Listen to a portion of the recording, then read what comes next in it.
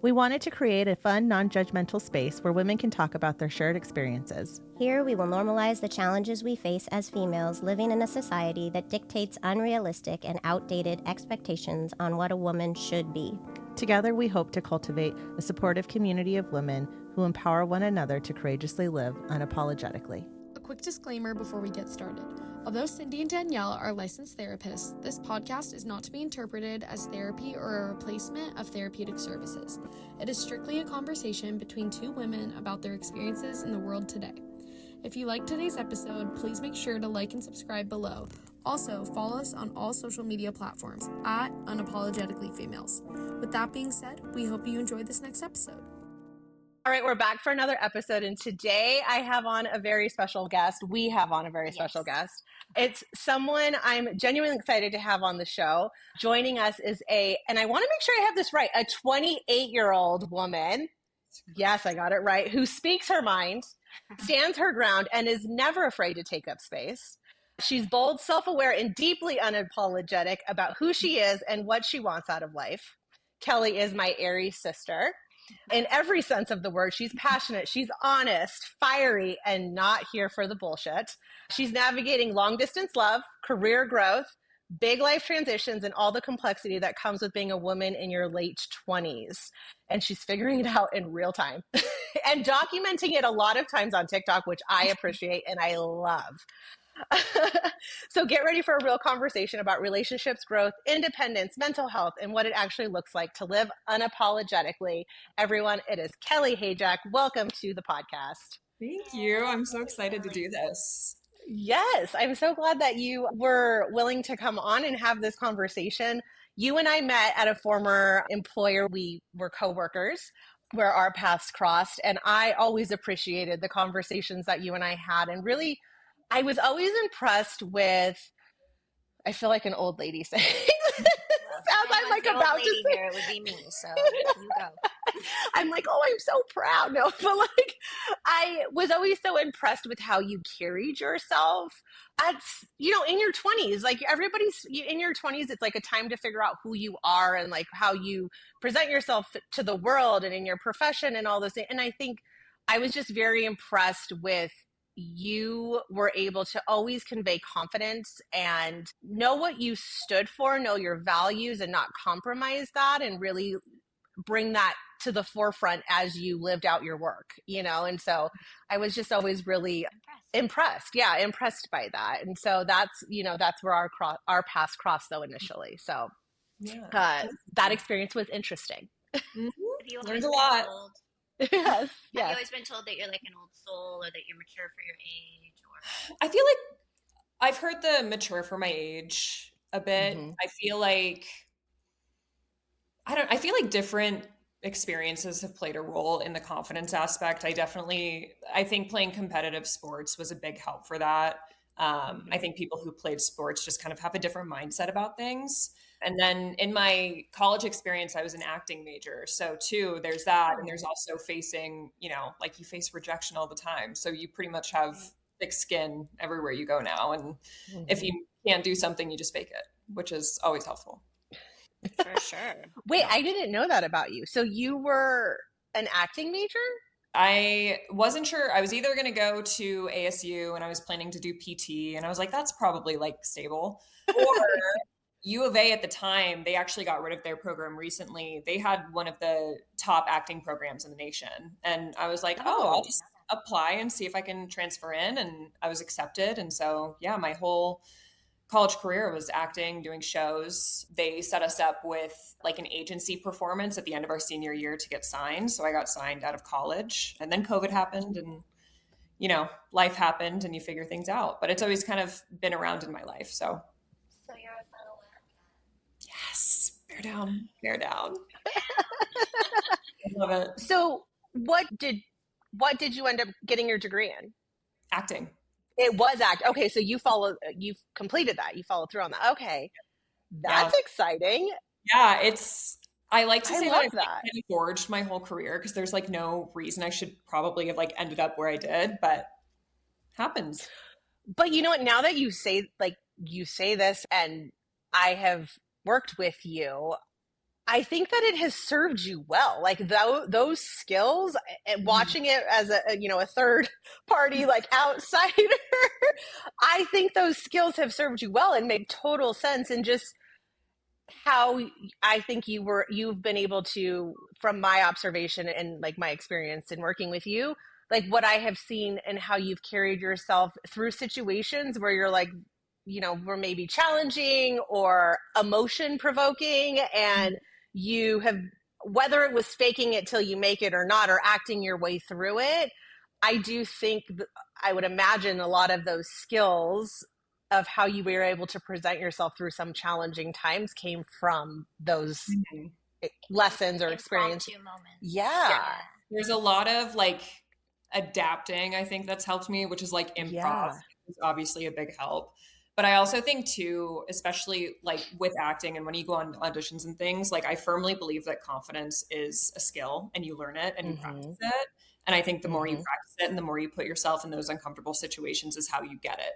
So I feel like I've just done enough of that in my life that it started out kind of early and now I have it. Right. So when you think about being 28, what feels exciting about this stage of life? And also, like, conversely, what feels heavy about this stage of life? I feel like I've never been a timeline person. So I've never been stressed about like, I guess like societal getting married, having kids, settling down. Like I've never had like a set age that I'm like, I want to do this by this time. So I feel like I'm going into 29 now, like, I guess more like optimistic, because I think kind of what we just talked about, I feel like every year I know myself more and I know what I want. And I'm just excited to see what happens next. I feel like I'm finally at a place in my career too, where I'm like, this is the first job I've had where I feel so aligned in what I'm doing, that even the next opportunity is going to like continue down that path. Whereas like in my early 20s, I was just kind of like taking what I could get and figuring it out. And now I feel like I have a clear path of what I want to be doing. I love that for you. Yeah. At 29, you're almost 29. Yeah. That's pretty impressive. Yeah, almost. Got a few months. I won't, age you. So were you born and raised in Arizona? I was, yep. Okay. So this is your first time living away. Is this, I guess, your first time living away from Arizona? Pretty much. So out of college, I was signed to an agency in LA. So I lived in LA for, it was like a couple of months. It was like a blip. And then COVID happened. And at the time I was just serving because that's what you do when you're an actor. And there was just no way financially that like I was going to be able to stay in LA during COVID and pay rent and stay there. So I moved back to Phoenix right before COVID hit, which looking back on it was probably the best timing that could have happened. But this is my first like full move as an adult, probably. Wow. At least we classify it as. So, and you've been there about a year, right? Coming up on a year? Coming up on a year. Okay. So how was that experience for you? Because that's, I don't know. I think about that. And I was born and raised too in the Valley. Like my family is all here. And so I always said, I'm going to move away. I'm going to, I always said I was either going to LA or New York. Like I'm going to move away. And big city. Yeah. Big city. Like neither one of them actually happened. And now that I, have a family now, and like, it's harder to leave, right? Like you're kind of rooted here or I feel like we are, just because my kids now like school and all. Like I can't imagine being like, okay, now you got to go to a different state and start all over. Kids are resilient; they'd be fine. That's more of a me thing than it is anyone else thing. But how was that for you, and how did you get there? Like how did you make that decision? Because I remember when you were looking for another job, like you applied it like. I want to say there was another job in maybe Washington, if I remember correctly. Yeah. Like you were going to go anywhere, it seemed like. Yeah, I remember having a conversation with you in the bathroom about that. And I was like, I don't know which one to go to. And like the Seattle one paid really well, but I knew that like the role I probably wouldn't have enjoyed as much as Denver. And I remember you saying like, don't chase the money, it will come. But I also, and at the time too, I had another offer in Scottsdale. So all of them came at the same time. And I was like, great, now I have to make a decision. And it came down to Denver and Scottsdale. And when I got both of the offers, I remember I was talking to my mom and I told her, I was like, the thing is, if I take the Scottsdale job, I will be living the same life that I've lived the past 5 years, because every one of my jobs was in Scottsdale. It was like the same commute. It was the same area. I had the same routines. I was like, if I really feel as stuck as I think I do, then I need to take this other job. And so that was ultimately like the catalyst. And then also too, being in a long distance relationship, and we're both so career driven, like this was the time to do it. There was no reason for me to like either stay in one place or, you know, I probably wasn't going to try to find a job in the city that he's in. So I was like, if I'm going to do it, might as well do it now. Right. So how has that been for you? It's good. I feel like now it's at that restless stage because we're coming up on almost 3 years of distance. So we've gone from, we met in Phoenix, we were there 3 months in person. He moved to San Diego, then he moved to New Orleans, then I moved to Denver. So we've just been popping everywhere.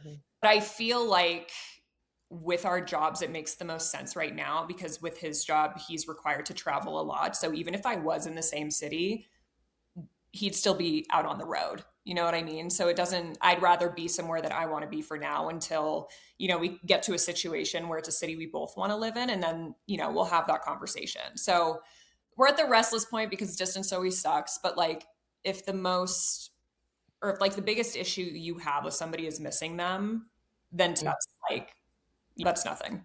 That's a good problem to have. So yeah. Right. Good point. Really good point. Good perspective. Yeah. I don't think, or I should say on the other side of it, I think that a lot of it probably has to do with who you each are as individuals too. I agree. I think of past relationships and personalities and things like that. And not the best. And definitely, because I think I might have told you, but in my past relationship, he was 15 years older. So there was obviously very different life stages and things. And I finally realized, I was like, oh, I'm not listening to myself and what I want at all.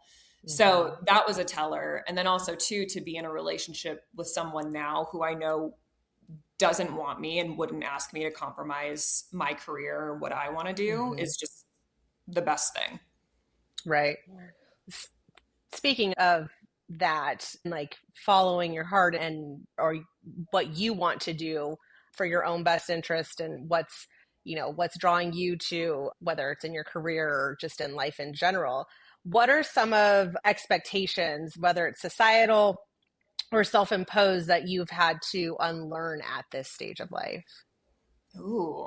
I mean, I think the first one that comes to mind is the obvious of, you know, engagement and marriage and all these things. And I feel like I have so many friends in like all different various stages of their life. And I actually have a friend staying with me right now. She has a 3-year-old boy. And it's funny because we'll like be going out and she's like, hold on, like I have to FaceTime my kid. And like, it's just different.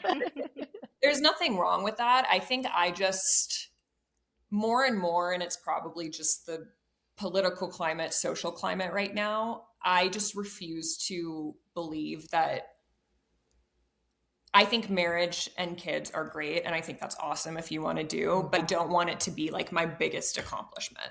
And I think I just hear a lot of that conversation. I also think with social media now too, it's so clouded of like, you see the engagement, you see the big like bachelorette parties and like all the things. And I'm like, what are we actually doing this for?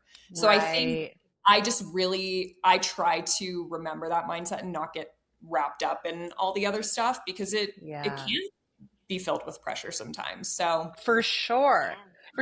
We talk about we talk about that where she got married at 23 and so her and I have talked about that experience a lot. Well, and I think a lot of it is in like the people around you too, because my mom also got married at 23 and my parents have been together for 40 years this year actually.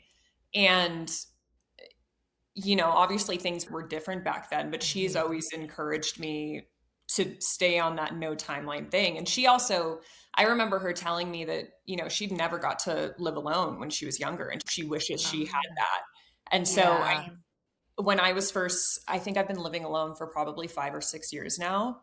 And when I was first making that decision, she was so like adamant. She was like, do it. Like you need at least a year to be by yourself. And like For now I'm sure. like That 6 years later, I don't want a roommate. So Right. Yeah. That was one of the most freeing things after my divorce, was to move in by myself and be by myself. There is something to say. I feel like that is one of those milestones in life that everyone, male and female, should experience before they decide to, get into any sort of like long-term relationship where you're living, sharing space, living under the same roof. Because I do think that it's a time of self-discovery and understanding who you are in this world, and even just in the alone moments, in the silent moments that you are sitting in your place, by yourself. And I think like that time is it's just needed, as a young adult, to kind of explore and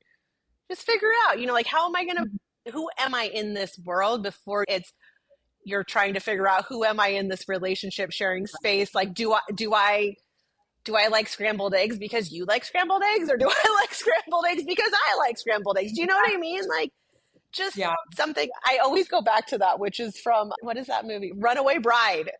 oh my God, I've never seen it. You've never? Okay, so she, I think, was was engaged like, I don't know, 7 times, 9 times, but she never followed through on it. And there was a reporter, Richard Gere, doing a story on her because she was engaged for whatever time it was. And as he was doing his research on her and talking to the former fiancés, he learned that she always changed what kind of eggs she liked based off of her fiance. Oh, interesting. And so then it ends up being like he calls her out on all of it, and of course they end up together.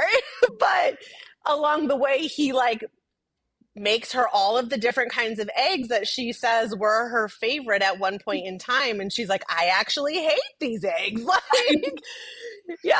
So She was a leapfrogger, and I was a total leapfrogger, meaning like I would go from relationship to relationship.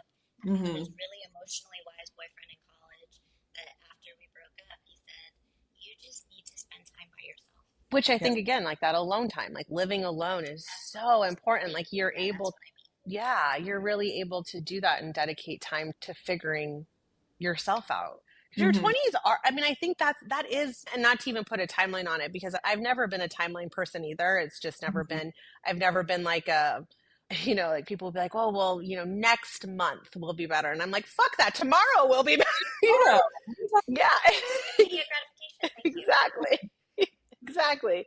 So yeah, I've never been like a timeline person either, but I do feel like your 20s are really a self-discovery age, and you're evolving, and all of your relationships are evolving, whether it's a romantic or a friendship or familial, or even how you interact with your colleagues. Like all of those relationships are evolving, and figuring out who I am in all of these different scenarios is really, I think, a lot of what your 20s are, So well, I go ahead. Oh, I was just going to say, I think it's easier to have no timeline when you surround yourself with people who are intentional. Because I even think of Connor, my current boyfriend. He's such an intentional person. He's a very action-driven person. And I feel like in my past, I was mostly like given words and words of affirmation. So like that's kind of been a transition to see like actions versus words. And I think both are important, but I think at the end of the day, I would take action.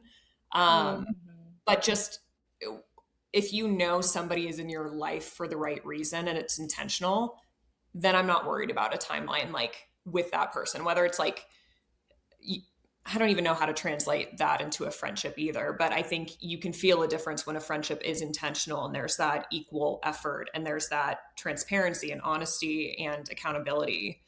And the ones that don't have that are the things that, fall to the wayside. So I think too, in the last like 3 to 4 years, I've kind of seen that happen, and I've seen the people, surrounding me who have that intentionality, because I like to think I'm intentional too. So if it's not matching up, it's really hard for me to stay in that place. Yeah, that was, you segue very nicely into my next question about friends. I was going to go into that, because, for me, I reflect on my 20s, and you and I have talked about this. Cindy is like a unicorn in her like friendship group. I remember you saying this. It's incredible. It is incredible. So like blessed for sure. Yeah. Like, and there's these 14, right? Like 14 core yes. group of women that have been friends, go on an annual girls trip, like, which is wild.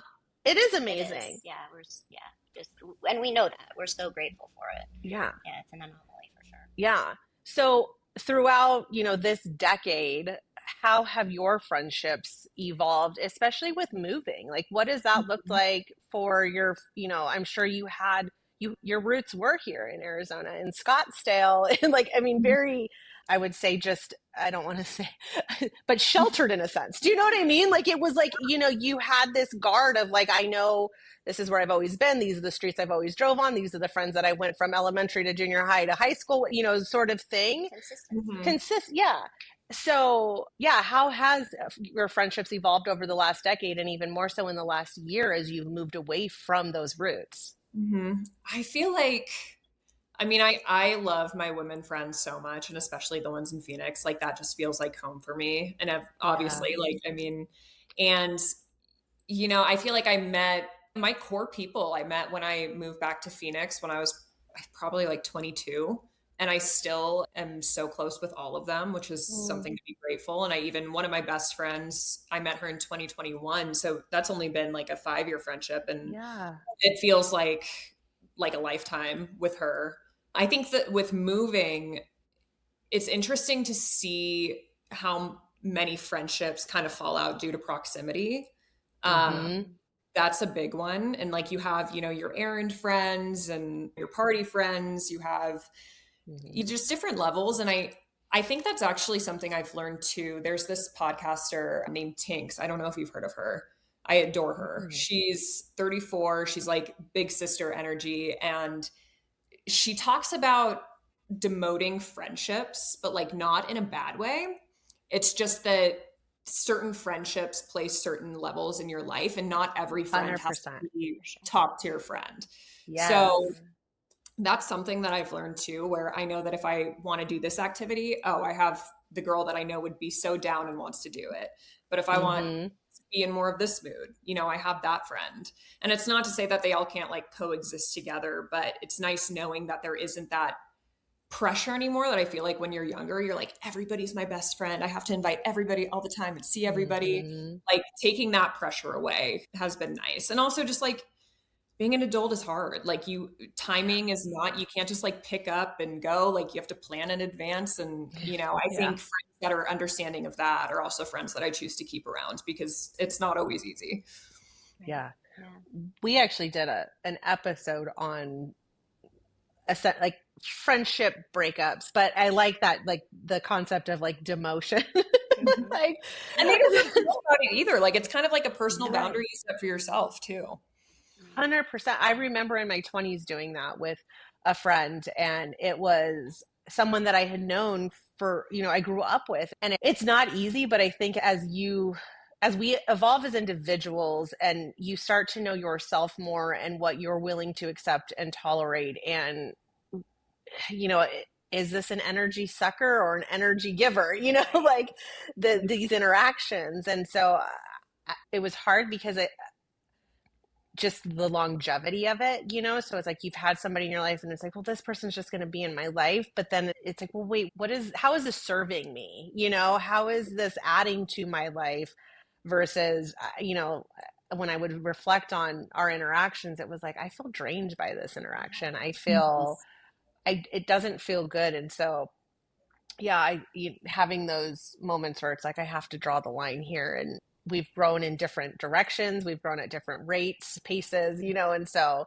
Especially hard for people pleasers. Yes, 100%. Have a hard time upsetting others, or knowing that it's okay to make somebody upset. Yes, for sure. Do you find it harder to make friends at this, like at the age you're at now? I mean, because now you're in a new city too. So like maybe you've been forced to make friends. I don't know. How has that been?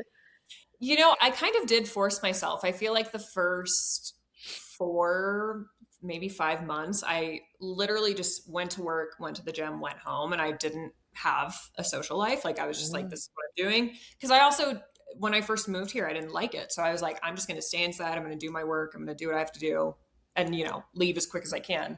Though I feel like I'm willing to like show up to places alone, which is a big help. I know that can be hard for people. And I feel like social media is also super helpful for this. So the first friend I actually made, you know, it's so funny seeing like Denver influencers here, but she was like popular, and I just like, she seemed friendly. And I think I just like DM'd her on TikTok, and I was like, I just moved here. Like, let's, you know, do something. And I think the first thing we did, we went to this workout class, and it was the hardest fucking workout. Sorry. You're allowed to cuss. Yes. Okay.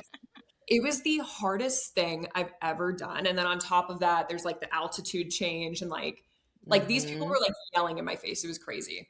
And a total sidebar, but she was so just like down to meet. And that's something that I think a lot of people in Denver are like it's a very social city, and I'm expecting that. But especially if you have a hobby, like there's always somebody who has the same hobby and will just invite you to go and do.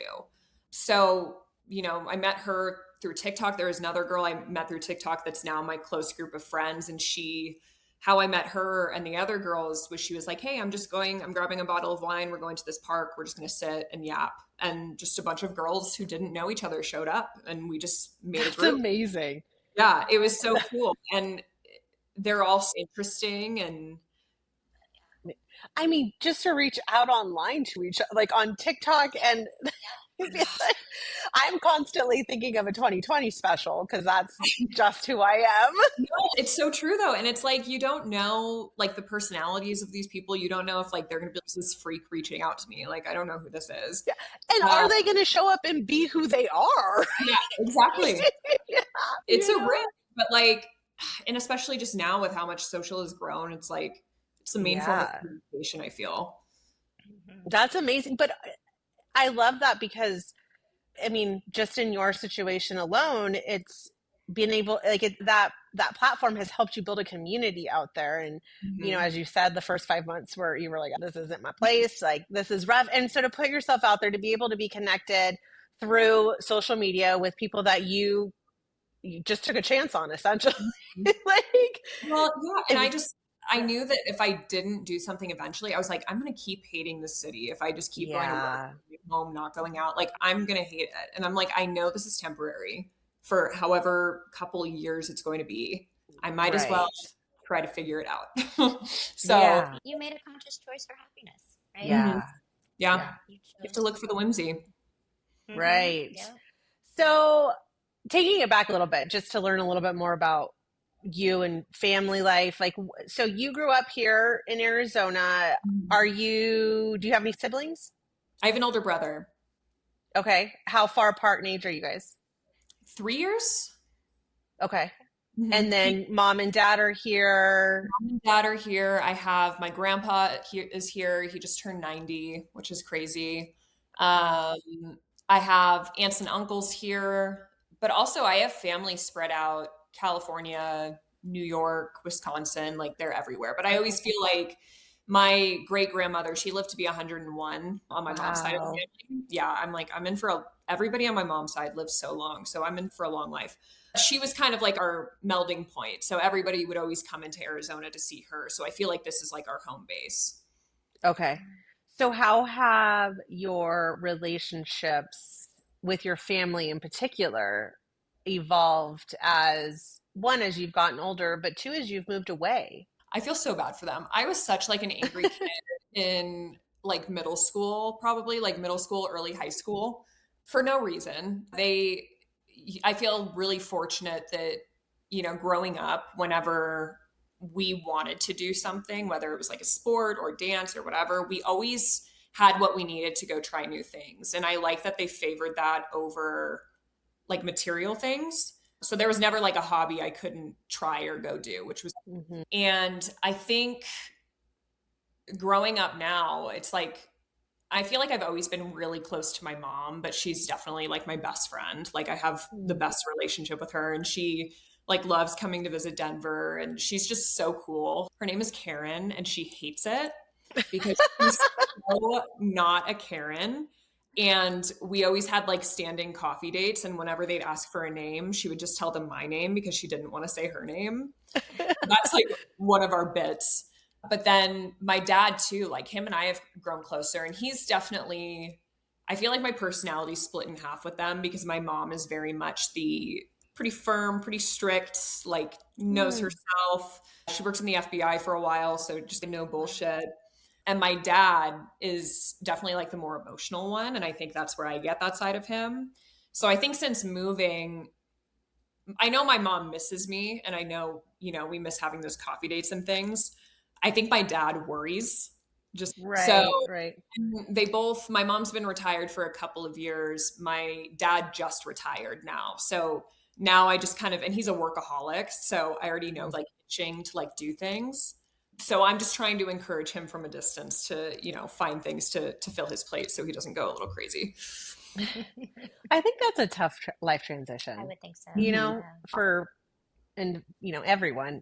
That is, I think about that, especially where I'm at now in life with having kids and the different transitions that when I was the kid, or a young kid, I didn't even consider like that it was hard on my parents. So just the different milestones in life transitions and going from, your parents being everything, right? Your whole world, and you needing them for everything, to building independence, to, then going into high school and really investing in your friendships versus your family, and then driving and having that independence, like the worry that comes with every phase of life that as the kid, as the 16-year-old, you have no idea. Like you're not thinking about that at all, and so I'm even I can imagine stupid reasons.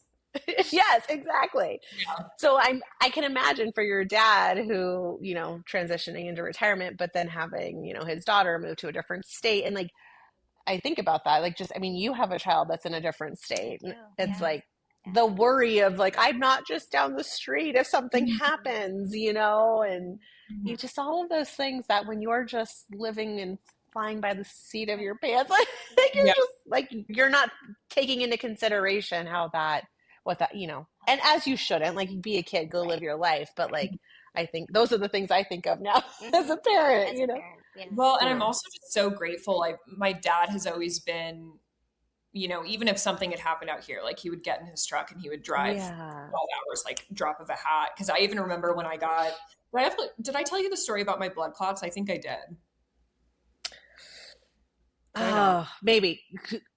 Tell me and I'll tell you if I remember. I'll try to keep it compact, but basically it was right when Connor and I first started seeing each other, and I had broken my ankle, and it was like a month in, and he was like, "Hey, I have this wedding in Denver. Actually, do you want to come with me?" And I was like, "Yeah, if you don't mind me on crutches, like I'm happy to go with you." So it was like an overnight trip. I didn't bother telling my parents because I was like, it's going to be so fast. I'll be back. It's fine. And get to the wedding. Everything's fine. I'm feeling like a little weird, but I'm like, no, just altitude and booze and, whatever.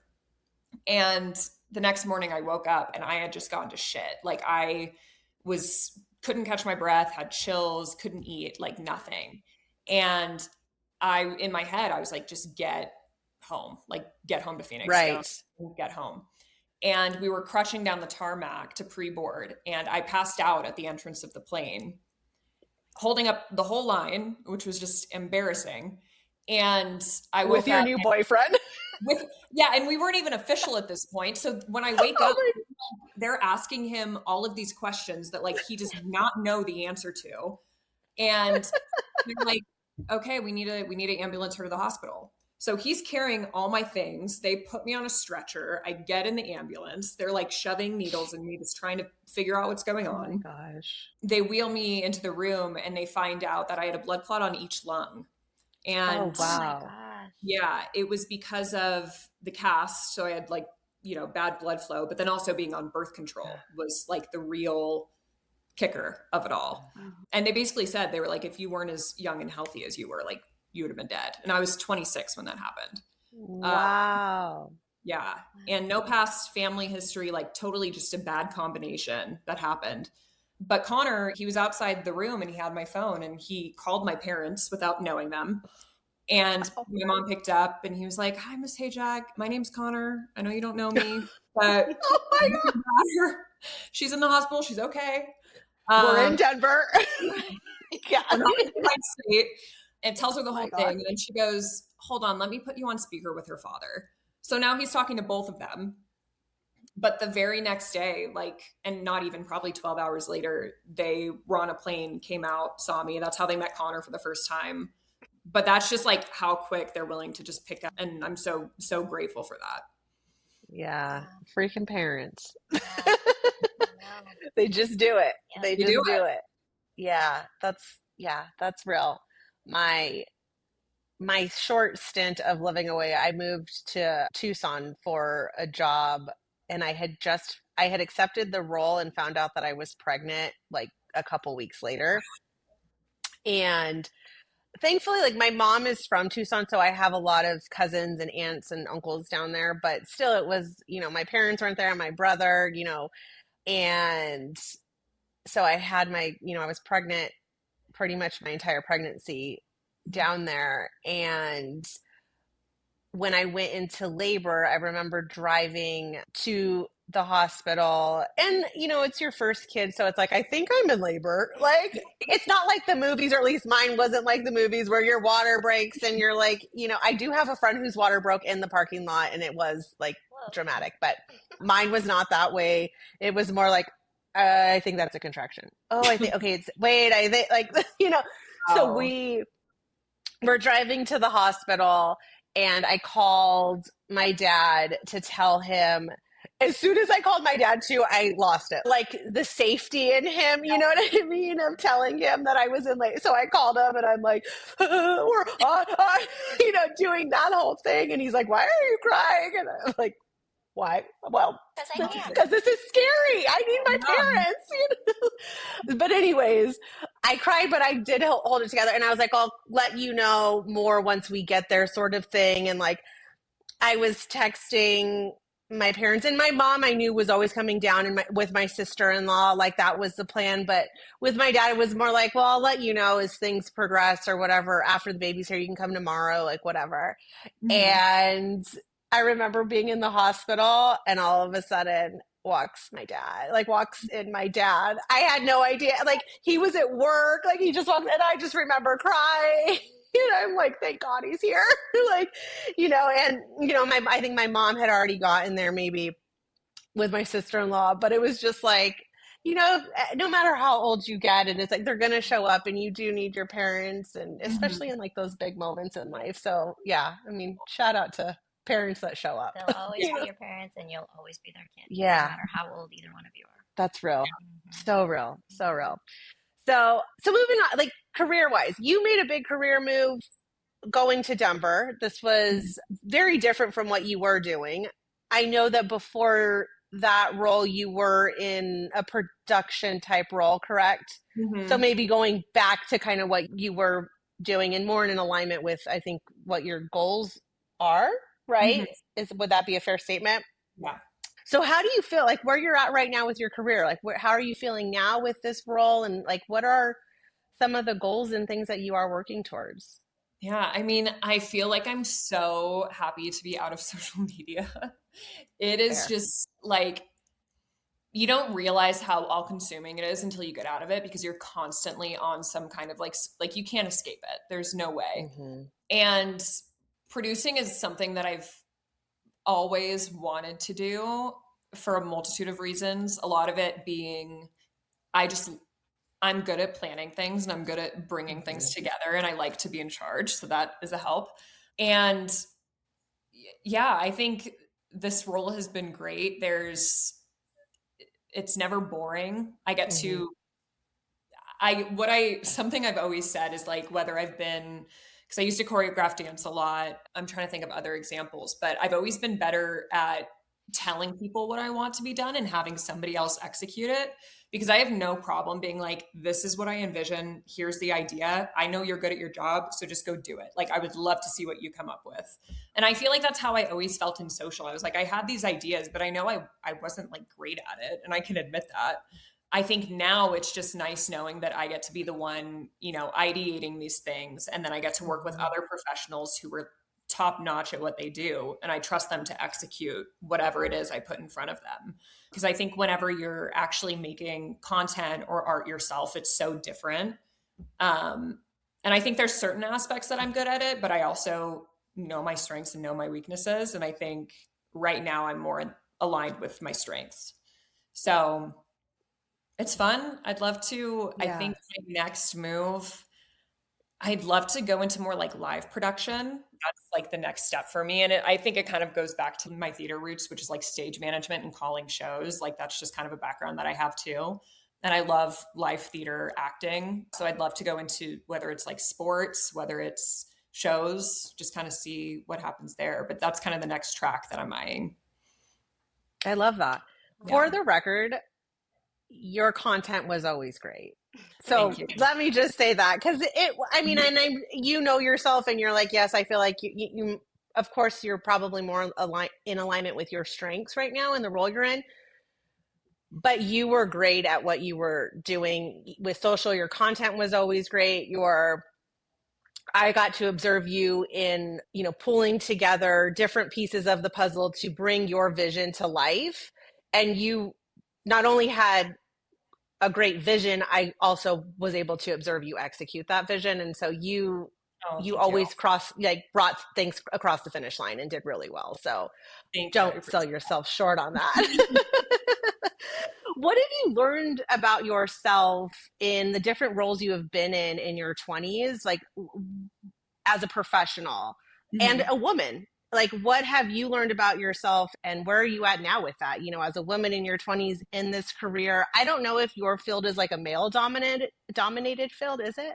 It can be. Yeah. Okay. I would say production.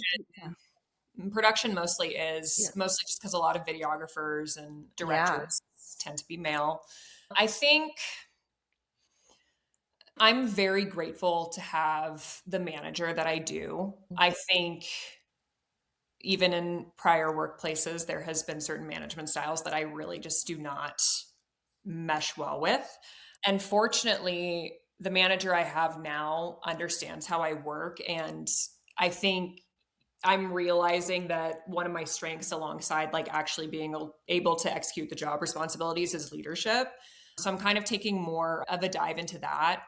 And I also think too, just in general, I think my boundaries like in the workplace have gotten stronger over the years. I even remember like 2 jobs ago, there were coworkers there that, I kind of became friends with, and then the lines get blurred and then it affects work and then all this stuff. And I feel like I'm finally at the point where I'm like, nope, I'm just going to show up. I'm going to have fun when I am at work, because what else am I going to do? But I'm also not going to make it any more difficult for myself. And I don't want those emotions or relationships to get in the way of what I'm doing. So and I think also too, just I think you have to set the tone and the bar for how you want to be treated right when you start. Because I even remember a conversation I had with a past manager. I was offering feedback. Which I'm, as you know, I'm pretty straightforward when I give that information. I never like to be like, mean for no reason. And I don't think I am, but I think I'm direct. And I gave the feedback. And then I had this manager ask me, he said, well, can I give you some feedback now? And I said, did I ask for it?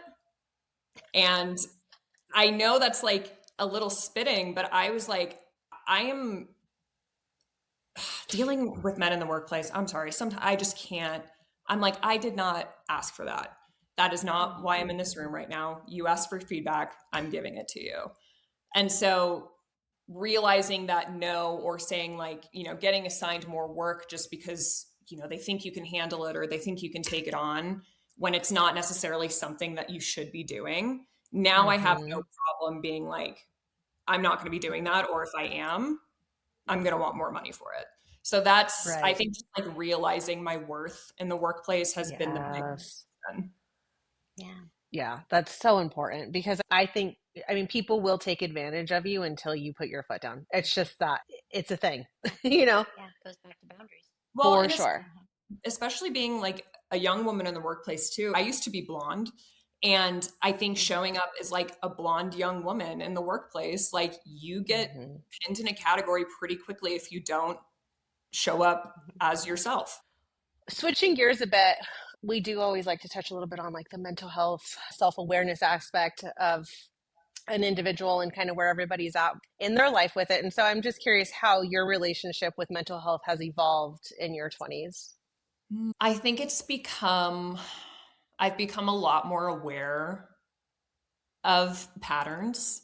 I think my relationship that I was in my younger 20s really shifted a lot of brain waves in me. And I think to being in the relationship that I am now, it's so healthy and it's so communicative. And I've had to learn to, rewire some things because you don't realize how much it affects you until a trigger pops up or something. And, I think finding a way to, the biggest thing I've learned probably in the last 2 years is if something does come up, I try to sit with it and I tell my partner, I tell my friend or whoever I'm thinking of speaking to about it, saying like, hey, I'm going through something's triggering me. I'm going to try to sort it out by myself first. And then if I feel like I absolutely can't, I'm going to come to you and talk to you about it. So I think, I've always kind of dealt with some anxiety. And I feel like it's so funny because I'm not a timeline person, but when it comes to making big life decisions, I get so anxious, which is so funny because I feel like it would be the opposite. And that's probably just like my need for control in certain ways. But that's, yeah. But I really do try now to work it out by myself first. I think a lot of the times, early 20s too, like friendships, you think you have to go and like tell everybody everything and, dump everything everywhere. And I think I'm also learning that there's so much strength in privacy and like dealing internally. And I also think it goes back to what we talked about earlier with confidence is it's like, if you trust yourself to get through a hard time and you can self-regulate and get yourself back on track, like that is such a crucial skill. And I definitely still struggle with anxiety. I, have anxiety attacks, things like that. They don't just go away, but I think I've done a better job at soothing them, I guess, before they happen or figuring them out before they happen. Or at least understanding where they're coming from. Yeah. I think also it's important to say too, that knowing yourself and trusting yourself enough to know when you do need to externalize it and you do need to reach out for support, because I think that I love what you said about you don't have, the privacy piece. You don't have to go out and tell everyone everything and, word vomit to everyone, all of your, life struggles.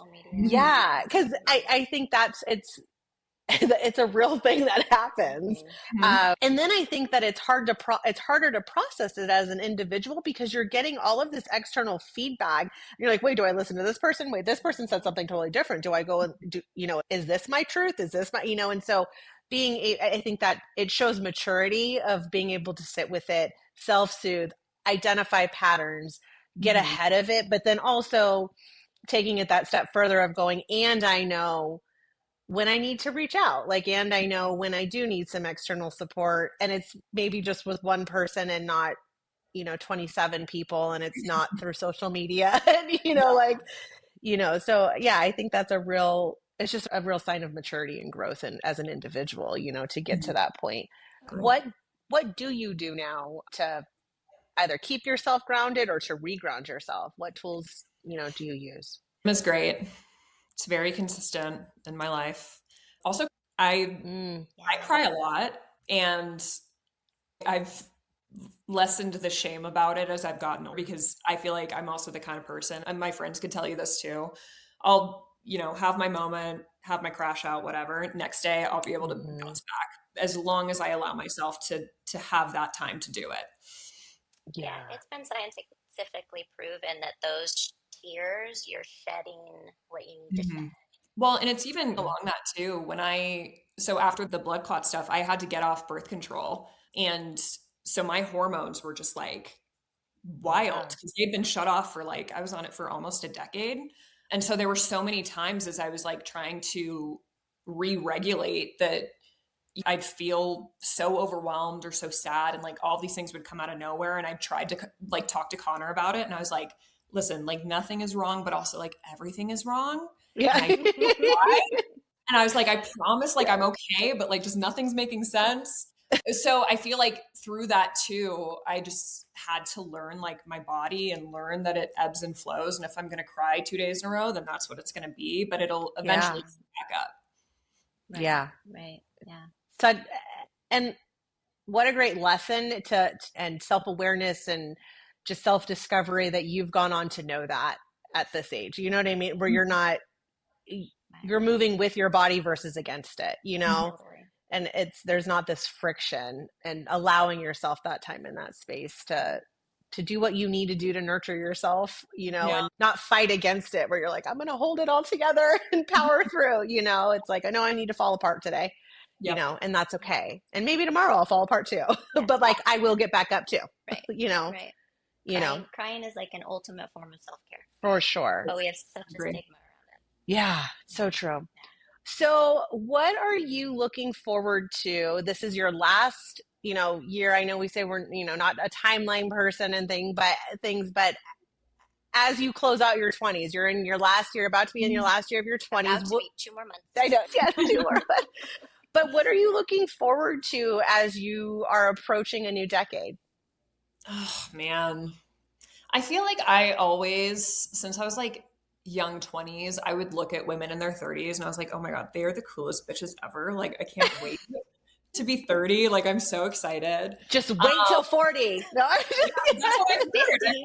keeps getting better.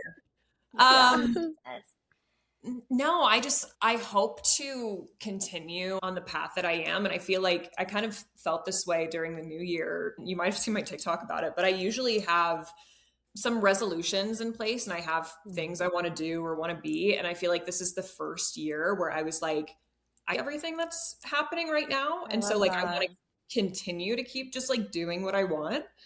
And so I'm hoping that like 30s, I mean, I want more financial freedom. I want more, I want to travel more. I went to my first trip in Australia back in October and I feel like it sparked my like international bug. So I'm looking forward to that. I'm looking forward to seeing how my relationship evolves, and like ending distance would be great.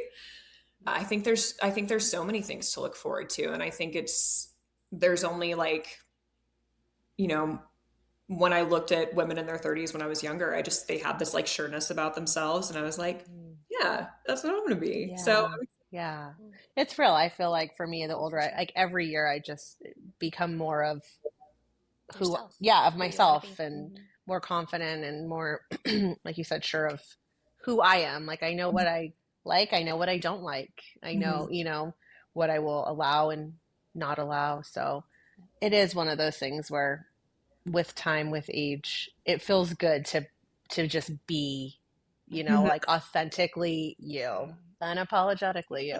What are the things that are, you know, maybe there are multiple things or just a thing that you would want to protect about your current self as you get older? What do you want to continue to carry forward? I think probably having fun. Like my favorite quote is having fun is so much fun. And it is. And I think a lot of the times, and especially just now, not to get political, but of course I will, in our society now, like, I mean, it's really tough. There's horrible things happening every day and it does affect me.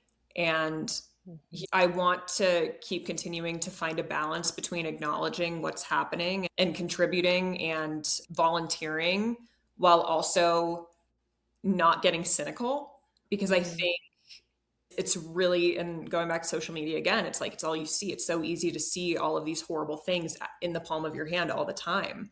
Right. And I don't think we're acknowledging how horrible that is for like our youth, our age, anybody, our mental health. It's like, we're not supposed to see some of those things. And so I've had a constant battle of like, I'm glad I can see those things because I want to be aware of what's happening in the world.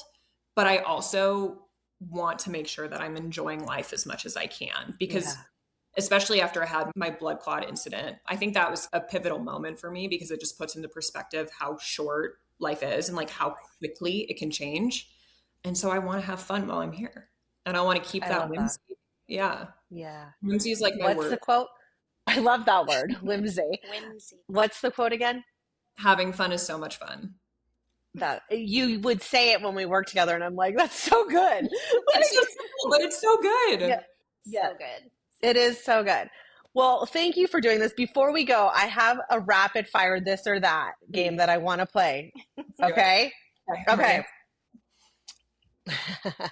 FaceTime dates or handwritten letters? Ooh, handwritten letters. Talking it out immediately or taking space first? Talking it out immediately. I'm trying to work on that. Love that feels safe or love that feels exciting? Safe. Small, tight circle or wide social network? Tight circle. Low maintenance friends or daily check-ins? Low maintenance. Girls' night in or girls' night out? Girls' night out. Nice. Quality time or shared experiences? Shared experiences. Passion job or paycheck security? I know that one's hard. I'm going to go passion. All right. Recognition or impact?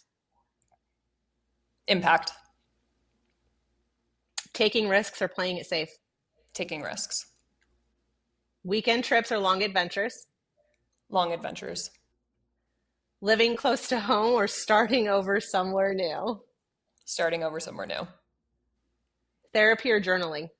Therapy. Routine or spontaneity? Routine. Early or late nights? Early.